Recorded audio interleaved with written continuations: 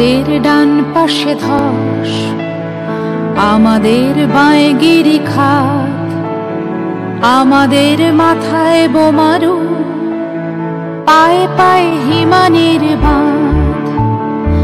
আমাদের পথ নেই কোনো, আমাদের ঘর গেছে উড়ে, আমাদের শিশুদের সব ছড়ানো রয়েছে কাছে দূরে। আমরাও তবে এইভাবে এ মুহূর্তে মরে যাব নাকি? আমাদের পথ নেই আর, আয় আরো বেঁধে বেঁধে থাকি। আমাদের পথ নেই আর, আয় আরো বেঁধে বেঁধে থাকি।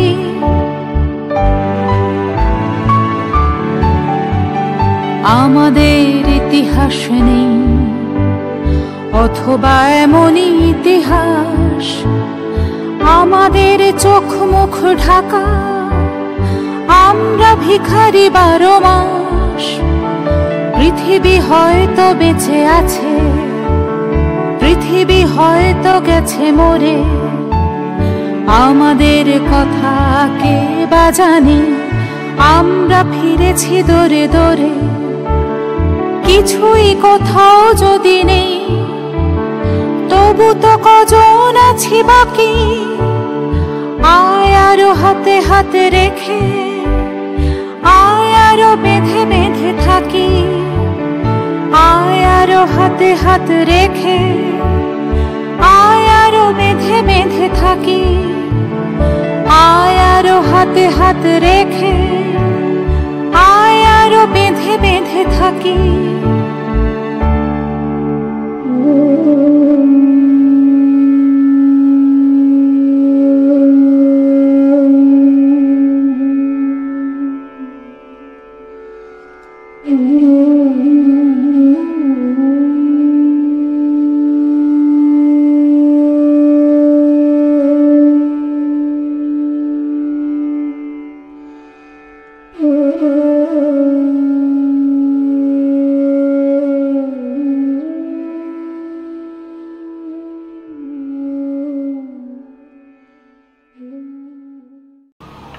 নমস্কার।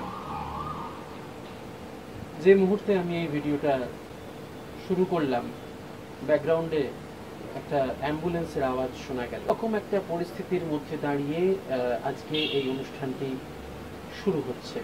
এখন আমরা যে অবস্থার মধ্য দিয়ে যাচ্ছি, সেই অবস্থা কখনোই গান বাজনা বা কোনো সাংস্কৃতিক কর্মকাণ্ডের মধ্যে আমাদেরকে সম্পূর্ণভাবে নিয়োজিত করে না, কিন্তু নিমজ্জিত হতে দেয় না। কিন্তু পাশাপাশি এটাও তো ঠিক যে অস্থির সময় বা যে মৃত্যু মিছিলের মধ্য দিয়ে আমরা যাচ্ছি, সেখানে আরেকটু অন্যভাবে থাকতে ইচ্ছাও হচ্ছে। তো ঠিক এইরকমই কিছু অনুরোধ আমার কাছে এসেছিল যে এবারে যেন আমি আবার এরকম একটা কিছু অনুষ্ঠান করি, যেখানে আমাদের প্রিয়জন, প্রিয় মানুষ, বন্ধু স্বজন সবাইকে কিছুটা চলমান অবস্থায় যেন দেখা যায়। তো এই যারা এই কথাগুলো বলেছিলেন, তাদের এই ভাবনাটা আমাকে ভীষণভাবে নাড়িয়ে দিয়েছিল। আর ঠিক সেই জন্যই এই অতিমারির একটা ভয়ঙ্কর অবস্থার মধ্যে দাঁড়িয়েও এই অনুষ্ঠানের আয়োজন করেছি। এবং সকলেই বিভিন্নভাবে সক্রিয়ভাবে সাহায্য করেছেন। এখানে অনেকে অংশগ্রহণ করেছেন যারা সদ্য কোভিড থেকে উঠেছেন, যাদের বাড়িতে পেশেন্ট আছেন। এই অবস্থাতেও তারা এখানে সাহায্য করেছেন, কাজ করেছেন। কেন না আপনাদের মতন আরো মানুষকে ভালো রাখার জন্য, আর একটু অন্য রকমের অক্সিজেন পৌঁছে দেওয়ার জন্য। সেই জন্য এই ছোট্ট প্রয়াস, আপনারা সঙ্গে থাকবেন। আর কি আর বলবো, কিছু তো বলার নেই। সবাই আমরা একসঙ্গেই থাকবো আর অপেক্ষা করব যে এই সময়টা পাল্টাবে, যত দ্রুত সম্ভব পাল্টাবে, এরকমই একটা আশা নিয়েই এই অনুষ্ঠান। আর শঙ্খ ঘোষ, তাকে নিয়ে তো আমার কিছু বলার ধৃষ্টতা নেই। সেই মানুষটাকে আমরা হারিয়েছি, মহিরুহ প্রমাণ, সেই মানুষটিকে আমরা হারিয়েছি। তার ছায়া আমাদের উপরে আর নেই। তাই তারই সৃষ্টি, তার কথা দিয়ে আমরা আমাদের মনের জোর, আমাদের এগিয়ে চলার প্রেরণা সবটাই সঞ্চয় করব। সেই জন্যই এই অনুষ্ঠান শঙ্খধ্বনি, আমাদের শ্রদ্ধাঞ্জলি এবং আমাদের নিজেদের শক্তি অর্জনের অনুষ্ঠান এই শঙ্খধ্বনি। আপনারা শুনুন, আপনাদের ভালো লাগবে। আপনারা ভালো থাকুন, ভালো রাখুন, আপনাদের জন্যই এই অনুষ্ঠান। নমস্কার। আবারও জেগেছে ঢেউ, ডেকের উপরে জাগো তুমি, তোমাকে জেনেছি আজ আমার বিষাদ জন্মভূমি। কি অসম্ভব দূরদর্শিতা, কি অসম্ভব দূরদর্শী দৃষ্টিসম্পন্ন কবি। সত্যি জন্মভূমি আজ বিষাদে পরিপূর্ণ, কিন্তু আমরা বিষাদ চাই না। আমরা আলোর পথের যাত্রী, নতুন সূর্য আমাদের আলো দেবেই। এই ভয়ঙ্কর অতিমারিতে আমরা সদ্য হারিয়েছি আমাদের প্রাণের কবি শঙ্খ ঘোষ মহাশয়কে। তাকে স্মরণ করে পেখম আয়োজন করেছে অন্তর্জাল নির্ভর আবৃত্তির অনুষ্ঠান শঙ্খধ্বনি। আজ ষষ্ঠ পর্ব। আজকে যে সমস্ত শিল্পীরা আমাদের সঙ্গে আছেন তারা হলেন পূর্বিতা দাস, সুচন্দ্রিমা সেনগুপ্ত, জয়িতা বন্দ্যোপাধ্যায়, মৌসুমী চ্যাটার্জি এবং প্রণব গুহ। অনুষ্ঠান শুরু করব এক শিশুমনির প্রবল আরতি প্রকাশ পেয়েছে, আবেগময় আরতি যেটাকে আমরা বলি, সেই আরতি প্রকাশ পেয়েছে মিথ্যে কথা কবিতায়। কবি শঙ্খ ঘোষের লেখা মিথ্যে কথা কবিতাটি এখন আমরা শুনব সুপরিচিত শিল্পী মৌসুমী চ্যাটার্জির কণ্ঠে।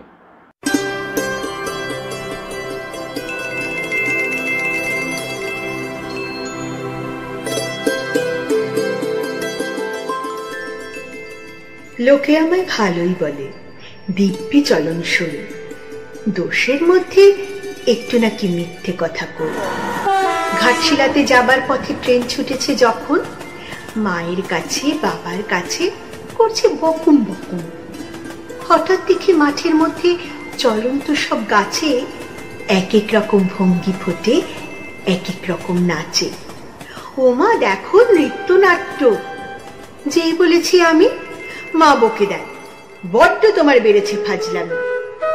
চিড়িয়াখানায় নাম জানো তো আমার সেজো মেশো? আদর করে দেখিয়েছিলেন পশুরাজের কেশর। কদিন পরে চুন খসানো দেওয়াল জুড়ে কি ঠিক অবিকল সেই রকমই মূর্তি যেন দেখি। ক্লাসের মধ্যে যেই বলেছি সুরঞ্জনার কাছে, জানিস আমার ঘরের মধ্যে সিংহ বাঁধা আছে। শুনতে পেয়ে দিদিমণি অমনি বলে, শোনো, এসব কথা আবার যেন না শুনি কখনো। বলি না তাই সেসব কথা, সামলে থাকি খুব। কিন্তু সেদিন হয়েছে কি, এমনি ব্যাকুল।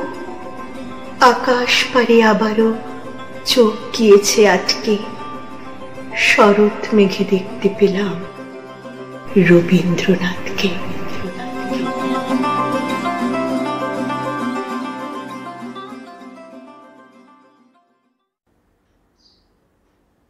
চলে আসব পরবর্তী উপস্থাপনায়। এখন আমরা যার কণ্ঠে আবৃত্তি শুনব তিনি এ সময়ের অত্যন্ত সুপরিচিত বাচিক শিল্পী ও প্রশিক্ষক প্রণব গুহ। তার নিবেদনে রয়েছে কবি শঙ্খ ঘোষের লেখা দুটি কবিতা, মেঘ এবং তুমি কোন দলে। এখন বোধহয় এটাই সবচেয়ে বড় প্রশ্ন, তুমি কোন দলে। আসুন শুনে নি তার নিবেদন। নমস্কার। পেখম আয়োজিত শঙ্খ ঘোষ প্রয়াণী যে অনুষ্ঠান, কবি শঙ্খ ঘোষের শ্রদ্ধাঞ্জলি, আমি পেখমকে সাধুবাদ জানাই। আমি অংশ গ্রহণ করতে পেরে তাতে আমি খুবই আনন্দিত। আমার নিবেদন শঙ্খ ঘোষের লেখা তুমি কোন দলে। বাসের হাতল কেউ দ্রুত পায়ে ছুঁতে এলে আগে তাকে প্রশ্ন করো, তুমি কোন দলে। ভুখা মুখে ভরা গ্রাস তুলে ধরবার আগে প্রশ্ন করো, তুমি কোন দলে। পুলিশের গুলিতে যে পাথরে লুটোয়ে তাকে টেনে তুলবার আগে জেনে নাও দল। তোমার দু হাতে মাখা রক্ত, কিন্তু বলো এর কোন হাতে রং আছে, কোন হাতে নেই। টানেলে মশাল হাতে এনে ওকে তাকে দেখো কার মুখে উল্কি আছে, কার মুখে নেই। কি কাজ, কি কথা, সেটা তত বড় কথা নয়, আগে বলো তুমি কোন দল। কে মরেছে ভিলাইতে, ছত্তিশগড়ের গায়ে কে ছুটেছে, কার মাথা নয় তত দামি। ঝনঝন ঝনঝন নাচ হবে, কোন পথে কোন পথ হতে পারে আরো লঘুগামী। বিচার দেবার আগে জেনে নাও, দেগে দাও, প্রশ্ন করো তুমি কোন দল। আত্মঘাতী ফাঁস থেকে বাঁশি সব খুলে এনে কানে কানে প্রশ্ন করো তুমি কোন দল। রাতে ঘুমোবার আগে, ভালোবাসবার আগে প্রশ্ন করো কোন দল তুমি, কোন দল। এই শ্রদ্ধাঞ্জলি অনুষ্ঠানে আমি তাকে শ্রদ্ধা জানাই তারই লেখা একটি কবিতা বলে, মেঘ। ও আমার মেঘলা আকাশ এতদিন কোথায় ছিলে, ও আমার মেঘলা আকাশ এতদিন কোথায় ছিলে, এত যে রাত্রে দিনে ডাকছি সবাই মিলে। চোখে জল ঝরছে নোনা, কিছু কি দায় মানো না, দিয়ে যাও এক ঘটি জল আমাদের শুকনো বিলে। ও আমার মেঘলা আকাশ এতদিন কোথায় ছিলে, ও আমার মেঘলা আকাশ তুমি কি সেই মেঘনা, ঝরাতে পদ্মায় জল ভরাতে যেই মেঘনা। সে ধারা কোথায় গেল, তুমি কি অন্ধ হলে, আমাদের ত্যাগ করেছ আমরাই মন্দ বলে। ভালো আর হই কি করে দুফোঁটা জল না পেলে, ও আমার মেঘলা আকাশ আবারও কোথা গেলে, ও আমার মেঘলা আকাশ আবারও কোথা গেলে। হাতের উপর হাত রাখা খুব সহজ নয়, সারা জীবন বইতে পারা সহজ নয়। আসলে মানুষকে জেনেছেন বলেই হার্দিক স্পর্শ দিয়ে মানুষের ভালোবাসার কথা লিখে গেছেন। সরল ভাষায় জটিল জগতের চরম সত্যের প্রকাশ তিনি ঘটাতে পারেন। তিনি আর কেউ নন, স্বয়ং কবি শঙ্খ ঘোষ। কবি শঙ্খ ঘোষের লেখা সঙ্গিনী কবিতাটি এখন আমরা শুনব শ্রুতিমঞ্জিল থেকে আগত জয়িতা বন্দ্যোপাধ্যায়ের কণ্ঠে। কবি শঙ্খ ঘোষের স্মরণ সভার আয়োজন করেছে পেখম। তাদের পক্ষ থেকে শ্রুতিমঞ্জিলকে আমন্ত্রণ জানানো হয়েছে শ্রদ্ধা জ্ঞাপনের জন্য। আমি জয়িতা বন্দ্যোপাধ্যায় শ্রুতিমঞ্জিল পরিবারের পক্ষ থেকে কবির স্মরণ সভায় শ্রদ্ধা জ্ঞাপনে কবি শঙ্খ ঘোষেরই একটি ছোট্ট কবিতা সঙ্গিনী আবৃত্তি করছি। হাতের উপর হাত রাখা খুব সহজ নয়, সারা জীবন বইতে পারা সহজ নয়। এ কথা খুব সহজ, কিন্তু কে না জানে সহজ কথা ঠিক ততটা সহজ নয়। পায়ের ভিতর মাতাল, আমার পায়ের নিচে মাতাল, এ মদের কাছে সবাই ঋণী। ঝলমলে ঘোর দুপুর বেলাও সঙ্গে থাকে হাঁ করা ওই গঙ্গা তীরের চণ্ডালিনী। সেই সনাতন ভরসাহীন অশ্রুহীনা, তুমি আমার সব সময়ের সঙ্গিনী না। তুমি আমায় সুখ দেবে তা সহজ নয়, তুমি আমায় দুঃখ দেবে সহজ নয়। হাতের উপর হাত রাখা খুব সহজ নয়। নমস্কার।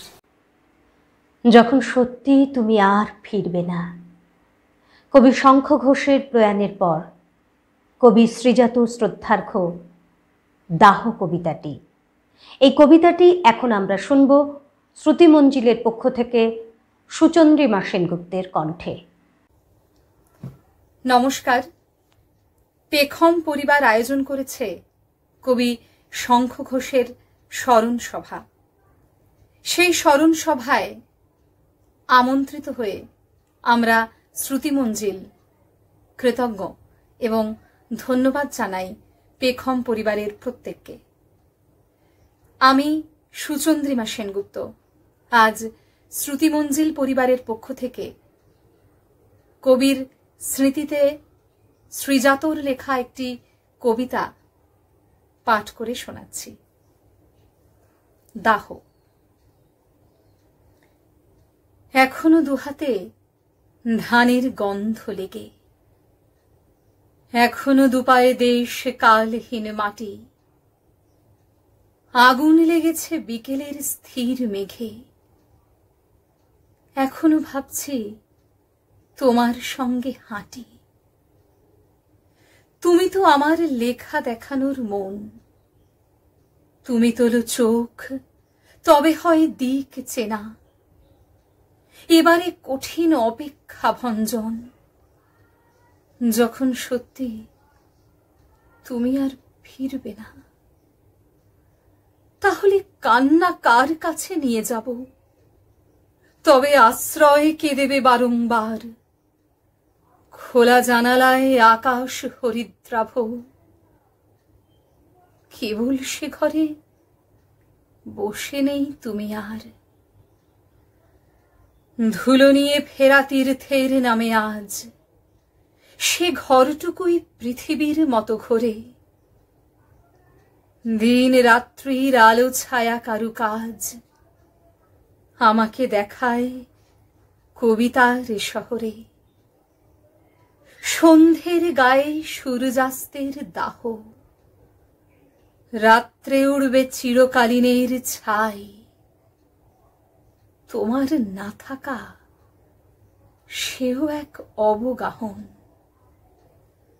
যেটুকু না পাওয়া তোমাকে সেটুকুই পাই। এ কেমন ঘোর, শান্ত ও বেসামাল। সে দ্বিধা কেবল ভেঙে দিতে পারে ঘুমই, যেন বা আমারই মৃত্যু হয়েছে কাল। দূর থেকে এসে শিয়রে বসেছ তুমি, এখনো ভাবছি তোমার সঙ্গে হাঁটি।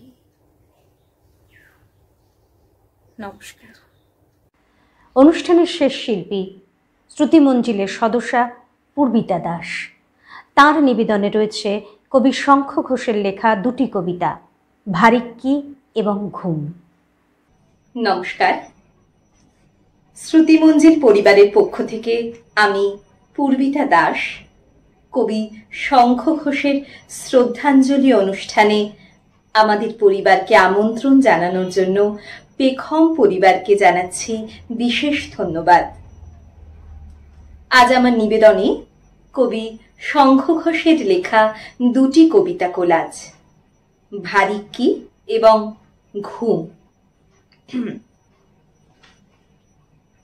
তোমরা ছিলে মাঠের মানুষ, আমরা কেবল ঘর জানি। তোমরা পেতে নদীর আওয়াজ, আমরা বাসের গড় জানি। তোমরা সুখে দিন কাটাতে ভোরের বেলায় ফুল তুলে, পায়ের তলায় শিশির ভেজা ঘাসগুলো সব তুল তুলে।